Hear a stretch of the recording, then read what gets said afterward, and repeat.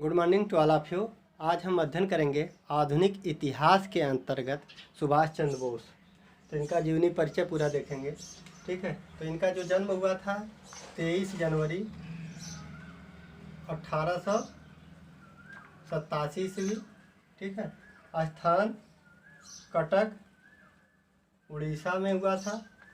ठीक है, स्नातक की उपाधि इन्होंने 1919 में कोलकाता यूनिवर्सिटी से प्राप्त किए थे। कोलकाता यूनिवर्सिटी। आईसीएस की परीक्षा 1920 में इन्होंने पास किया था। आंदोलन में जो शामिल हुए थे 1921 में शामिल हुए थे। इन्होंने जो पत्रिका बनाई थी वो पत्रिका थी फॉरवर्ड ब्लॉक नाम से पार्टी बनाई थी और फॉरवर्ड ब्लॉक नाम से पत्रिका भी बनाई थी 1939 में। ठीक है, 1939 में इन्होंने फॉरवर्ड ब्लॉक नाम से पत्रिका भी बनाया था और फॉरवर्ड ब्लॉक नाम से पार्टी भी बनाया था। जो इनका नारा था जय हिंद, दिल्ली चलो, तुम मुझे खून दो मैं तुम्हें आज़ादी दूंगा, तुम मुझे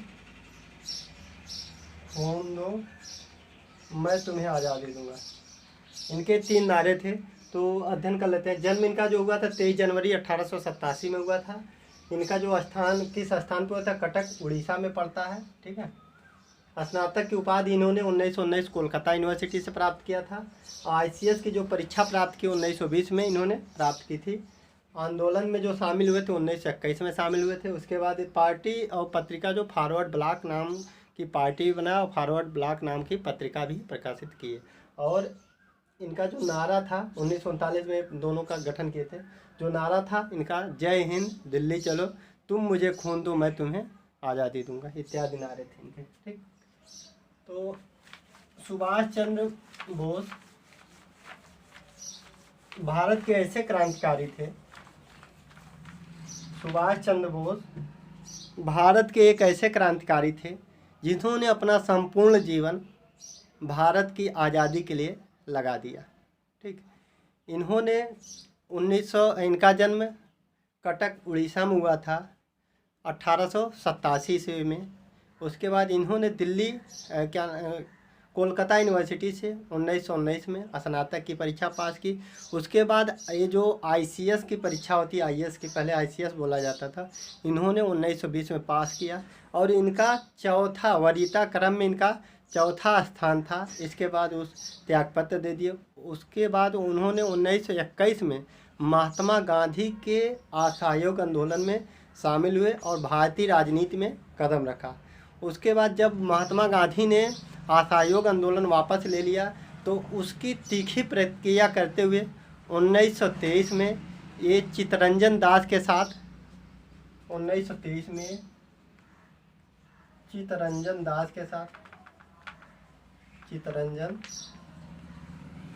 के साथ आंदोलन में प्रयासरत रहे। लेकिन 1928 में मोतीलाल नेहरू ने नेहरू रिपोर्ट प्रस्तुत किया, जिससे ये असंतुष्ट होकर के इन्होंने इंडियन इंडिपेंडेंस लीग का गठन इंडिपेंडेंस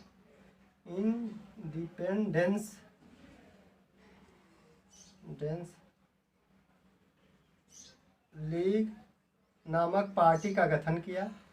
ठीक है, 1928 में इन्होंने इंडिपेंडेंस लीग नामक पार्टी का गठन किया। 1938 और 1939 में इन्होंने भारतीय राष्ट्रीय कांग्रेस के अध्यक्ष रहे और महात्मा गांधी से मतभेद हो जाने के कारण इन्होंने भारतीय राष्ट्रीय कांग्रेस के अध्यक्ष पद से इस्तीफा दे दिया और ये फॉरवर्ड ब्लॉक नामक पार्टी और फॉरवर्ड ब्लॉक नामक पत्रिका का प्रकाशन किया। इनकी बढ़ती हुई लोकप्रियता के कारण अंग्रेज़ों ने इन्हें इनके घर में ही कैद कर लिया। उसके बाद ये उड़ीसा से दिल्ली चले आए। उसके बाद उड़ीसा से 1941 में उड़ीसा से दिल्ली चले आए, दिल्ली मेल से। दिल्ली मेल से दिल्ली चले आए। उसके बाद ये, ठीक है, उसके बाद ये जियाउद्दीन नामक नाम बदल कर, इन्होंने अपना नाम बदला और जियाउद्दीन से दिल्ली से काबुल चले गए। अपना नाम बदल लिया और जियाउद्दीन रख लिया। उसके बाद ये कहाँ चले गए? दिल्ली से काबुल चले गए। उसके बाद फिर इन्होंने नाम बदला अपना, अपना नाम रखा ऑरलैंडो मैसोड़ा। ऑरलैंडो मैसोड़ा, ऑरलैंडो मैसोड़ा नाम बदल करके ऑरलैंडो मैसोड़ा करके जर्मनी पहुंच गए। जर्मनी पहुंच गए। इसके बाद जर्मनी का जो तानाशाह था Adolf Hitler, Adolf Hitler, Adolf Hitler, इनको नेताजी की उपाधि दिया। इनको नेताजी की उपाधि दिया। और इन्होंने 1941 में जर्मनी में ही मुक्ति सेना का गठन किया। जर्मनी में ही इन्होंने 1941 में मुक्ति सेना का गठन किया। और 1942 में इन्होंने इंडियन इंडिपेंडेंस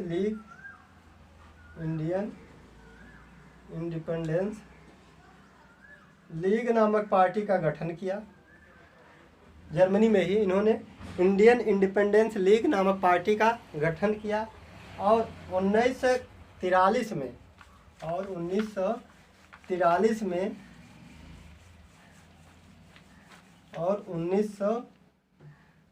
में ये सिंगापुर पहुंच गए। और वहाँ पर ये आज़ाद हिंद सरकार का 1943 में ही आज़ाद हिंद सरकार का गठन किया। आज़ाद हिंद 1943 में ही इन्होंने आज़ाद हिंद सरकार का गठन किया।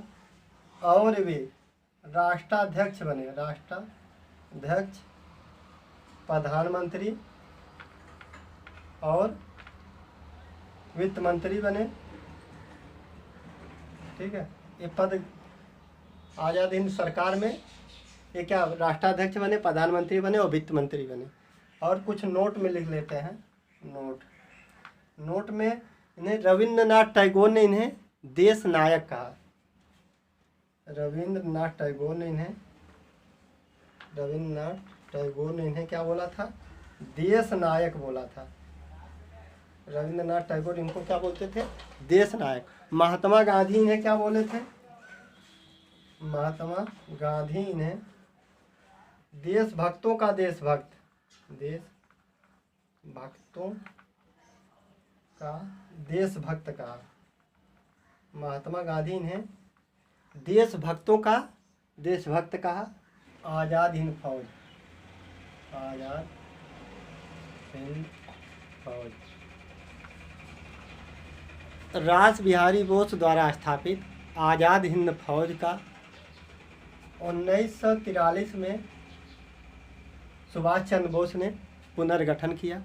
और इसमें एक महिला रेजिमेंट रानी लक्ष्मीबाई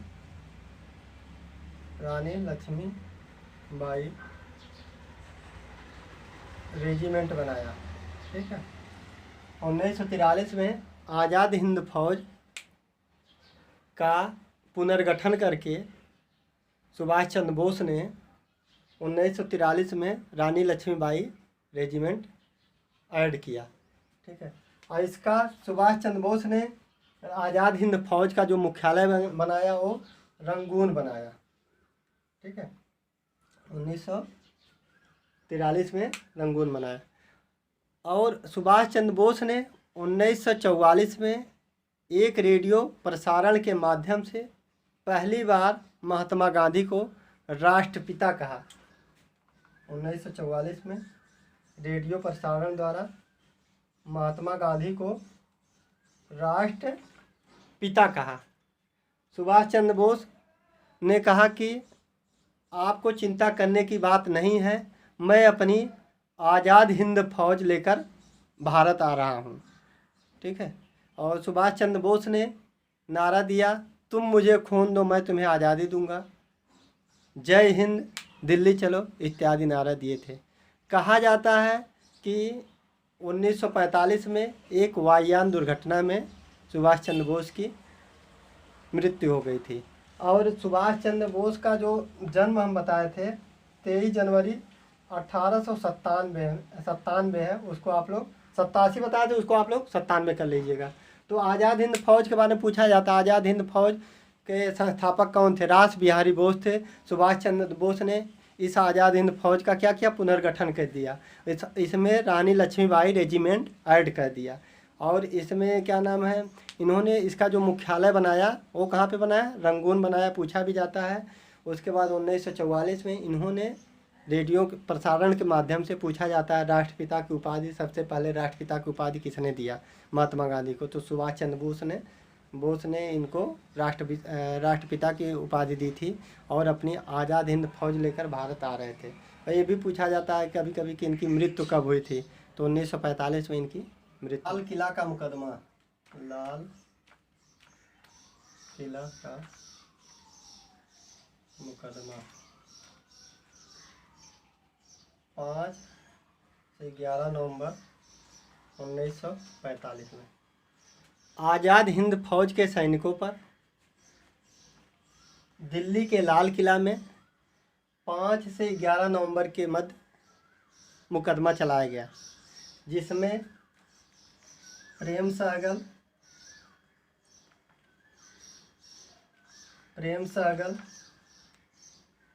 शाहनवाज और गुरुदयाल सिंह को, प्रेम सहगल, शाहनवाज और गुरुदयाल सिंह को उम्र कैद की सज़ा हुई। और राशिद अली को 7 वर्ष का कैद हुआ। ठीक है, राशिद अली को 7 वर्ष का कैद हुआ।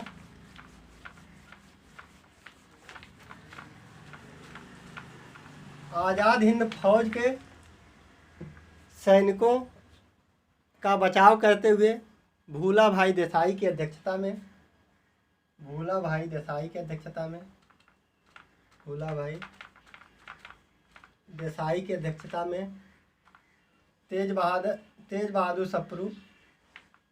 तेज बहादुर सप्रू, जवाहरलाल नेहरू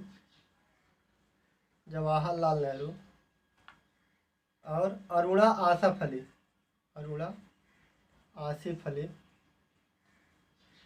ने वकालत की। भूला भाई के मतलब आज़ाद हिंद फौज के सैनिकों के बचाव में भूला भाई देसाई की अध्यक्षता में तेज बहादुर सप्रू, जवाहरलाल नेहरू और अरुणा आसिफ अली ने वकालत की। भारत में प्रतिक्रिया को देखते हुए आज़ाद हिंद फौज के जो सैनिकों को उम्र कैद या कैद हो गया था, इससे भारत के लोगों में असंतोष ज़्यादा हो गया था।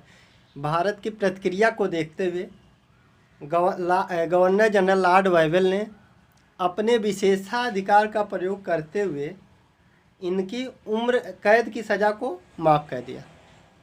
ठीक है, और 12 नवंबर 1945 को आज़ाद हिंद फौज दिवस मनाया जाता है। पूछा जाता है उम्र कैद की सज़ा किसको हुई थी? दिल्ली में लाल किला है, उसमें किसको उम्र कैद की सज़ा हुई थी? इसकी वकालत कौन किया था? कितनी तारीख को आज़ाद हिंद फौज दिवस मनाते हैं? तो आजीवन कारावास किसको हुआ था उम्र कैद? शाहनवाज, गुरुदयाल सिंह और प्रेम सहगल को उम्र कैद की सज़ा हुई थी। ठीक है, और इसकी जो अध्यक्षता हुई थी, वकालत जो किए थे भूला भाई देसाई की अध्यक्षता में जवाहरलाल नेहरू, अरुणा आसिफ अली, तेज बहादुर सप्रू ने इसकी वकालत की। ये भी पूछा जाता है विशेषाधिकार का प्रयोग करते हुए किसने इनकी सज़ा को, उम्र कैद की सज़ा को माफ़ कर दिया था? लॉर्ड वाइवल ने इनकी सज़ा को माफ़ कर दिया था। ये भी पूछा जाता है कि आज़ाद हिंद फौज दिवस कब मनाया जाता है? तो 12 नवंबर 1945 को आज़ाद हिंद फौज दिवस मनाते हैं।